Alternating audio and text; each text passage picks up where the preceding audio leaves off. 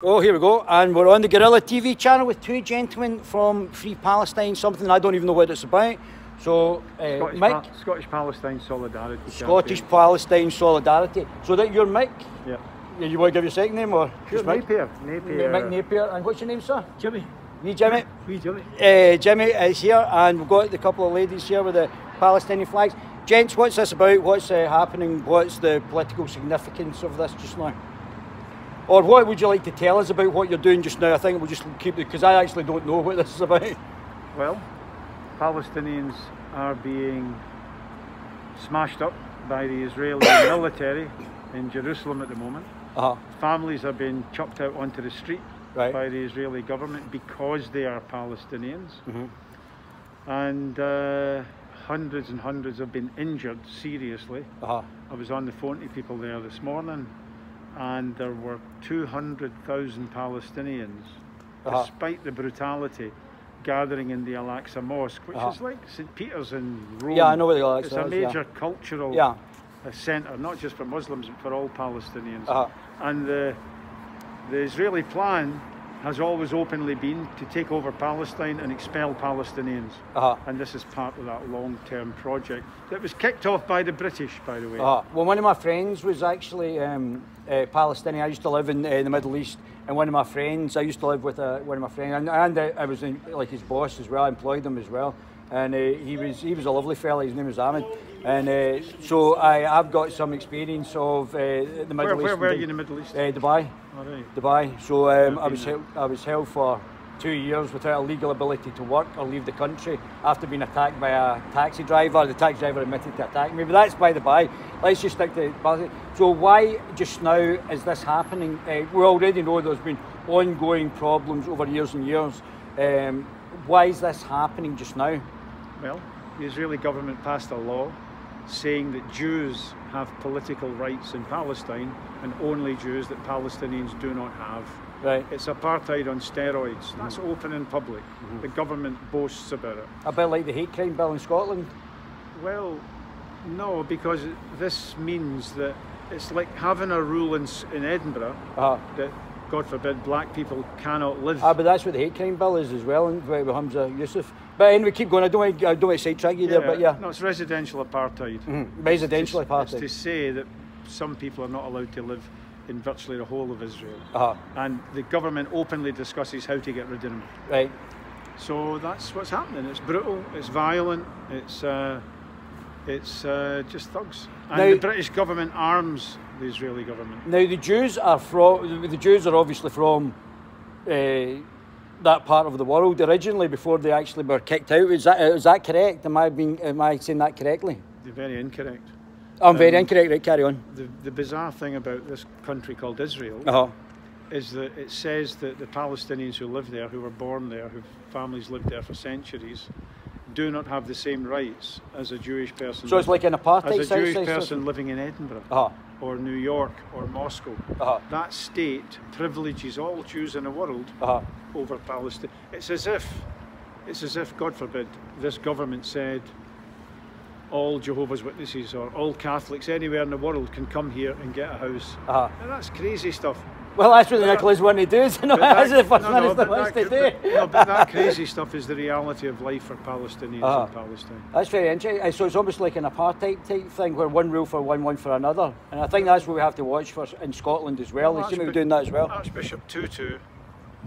No, I don't think you can say that, because... Not just now, but it's going that way, that's what I'm saying. Well, Archbishop Tutu in South Africa, who knew a thing or two about apartheid, he said that compared to what's going on in Palestine, the hell that they went through was a picnic. So, but because I've read the Quran, I actually understand, but that's also quite segregational as well. Islam's quite segregational as well. This has nothing to do with religion. This is about, look...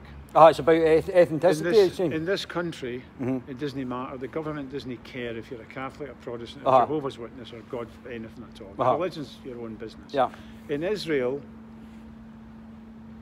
it gives you privileges to be Jewish. Now, some of our Jewish comrades fight against this system of Jewish supremacy. I was opposed to a system of white supremacy in South Africa, although I'm white, depending on the light.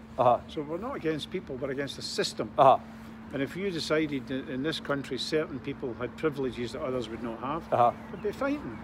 You also got to make a distinction between hate crime bill. You're talking about hate crime bill because hate crime is like when somebody says something. If somebody says something that's objectionable. Yep. That makes absolutely. You can understand that is a problem, but when a government actually legislates hate, when a government actually creates an apartheid system, two different legal systems. So in the West Bank. So do you mind if I interject here? Please, do you mind if I interject? But the hate crime bill doesn't apply to white males, for example, white females as well. So that is so. I would suggest that you're wrong about the hate crime bill because it doesn't apply to everybody. It only applies to certain groups. That's why. So I would suggest humbly that you may be wrong in that. I may be wrong, but a lot of things. So what I'm trying to say is the distinction between hate speech. You know, which is horrible. You come across hate speeches. If you're a Protestant or a Catholic in Glasgow, you're going to get hate speech.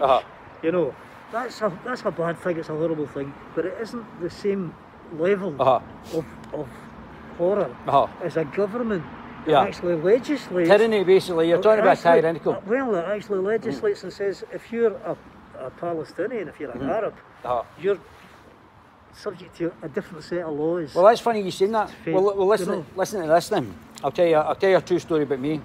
I come from Lanarkshire. I was brought up in Lanarkshire, South Lanarkshire, right? And I went back there.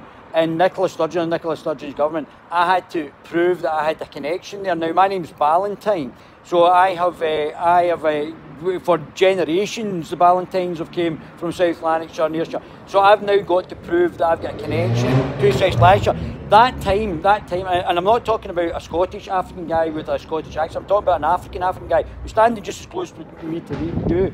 And he got a forum for social housing in South Lanarkshire. Right. So I would suggest that the creep that you're talking about, although it's worse, and I totally agree with that in Palestine, but the creep of this policy is coming in Scotland from the hate crime bill, which doesn't cover everybody, which is not a just system, and also now from the social housing that my family for generations would have paid into. I've now got to prove that I'm from South Lanarkshire. Yeah. So I'm saying the creeps there. Well, I see what you're saying. I wouldn't argue.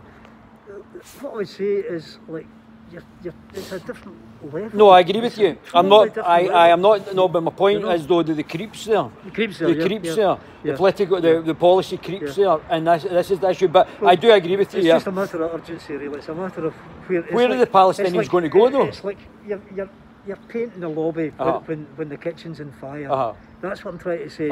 There's no comparison. Are they? These people are being murdered. We're not just talking about. Moving. You know, somebody not being allowed to live. We're talking about oppression on a level that is worse than South Africa. So it's a pretty serious business, you know. That's why we're here. That's why we're here today. Yeah, it's very interesting as well. Very interesting. It was a good turnout, wasn't it? It's a great turnout. I think injustice should always be fought against. Exactly.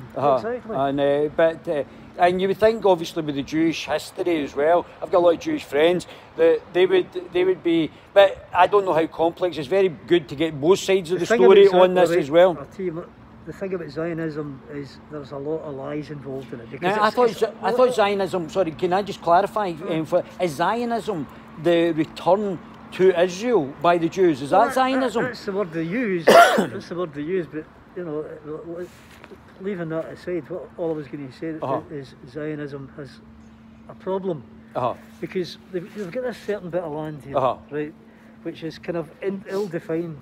But let's say there's a bit of land here which was called Palestine. Doesn't matter what you call it. People were living there. Now, when the idea with Zionism is settler colonialism. The same thing that happened in America with the American Indians. What they called the Indians. The Native Americans. Right, the Native Americans. So settler colonialism that has a problem because it needs to clear out. It needs to ethnically cleanse, and that's the problem with Zionism. But will Nicola Sturgeon not do something similar with our open border? No, wait, no, you didn't let me finish there. You didn't let me finish. well, if Nicola Sturgeon has like open borders where people can just come in, will that not effectively happen to the great extent where people will get eventually pushed out on the back of that because of open borders? Surely that's what happened in Israel and in America. Anyway, I hope not. But America was happened at a time when there was none of this. There was no cameras. There was no. So if we'd have been alive at that time, you and I and anybody that's got a shred of decency would have said, "Stop it! You can't murder people just because you can't just take their land and murder them." That's what Zionism is, an anachronism. It belongs in the 18th century. Do you know? It's That's funny. the problem. It's funny you're actually saying this, because I actually did a podcast last night about libertarian socialism, and libertarian socialists think it's okay to take other people's property. Like the Antifa and the anarcho-communists and anarcho-syndicalists, they think it's okay that you've got no property rights, and it's okay for me to if I was a libertarian socialist, to take your property without... it's better if you just give it, rather. It's better if properties... I think the idea... I mean, that's just like... It's pie in the sky. It's pie in the sky, that stuff. But... yeah, it'd be nice to have communal property again, because that's the way things used to be. Yeah, well, I think that was good. I think there's certain aspects of the far left, like cooperatives and things like that. Yeah, exactly. But you could do that and set that up yourself just now as well. You don't really need the state to impose that on you. You don't need exactly that. Listen, it's been absolutely smashing talking to you. I would shake your, I'll do your wee elbow bump, but I would normally shake your hand because I'm not too sure how potent this COVID is. But it's been great. Do you want to say anything else about it? No, I mean, no, it's just the only thing I would say. There's something else happening. Is there going to be another march? The only one thing I would say is that there's a protest going to take place, or a commemoration, you could call it, on Saturday, which is the 15th of May. Where? Here, at Regent, not here, a little bit, Regent Road Park. Regent Road Park? Which is like the continuation of Princes Street. Right. You know, you go up Princes Street going east, right. You just keep on going, it becomes Regent Road. You go up the hill, it's on the right hand side. So we're having a protest, a commemoration. Commemoration. For the Nakba. You know what the Nakba is, yes? No. Well, the Nakba is like Arabic for catastrophe. Oh, right, okay. So the Nakba was... Arabic is shwoi. Okay. Well, the Nakba was a catastrophe. Was 1948 was when the Palestinians were expelled to make Israel. Yeah. That's what happened in 1948. Yeah. Like 531 villages were ethnically cleansed and flattened. And an organisation called the Jewish National Fund builds forests over the top of these villages. Anyway, that's the Nakba, and that's the 15th. It's a very special day to Palestinians, because that's when Palestinians lost Palestine. Right. So we're going to be, there was a memorial stone. It was set up there by Scottish Friends of Palestine, I think it was, for the Al-Dawaima massacre, right? Where I don't know, a few hundred people were massacred to clear the village. Wow! So we decided we'll have a meeting there. Yeah. And of people that give a monkeys. If we, Michael, what time's on it? Noon at Regent Road Park. Noon at Regent Road Park in Edinburgh. Right. Okay. So okay. All the best to you. Listen, absolute pleasure. Maybe Thank you very much. See you there. Thank you.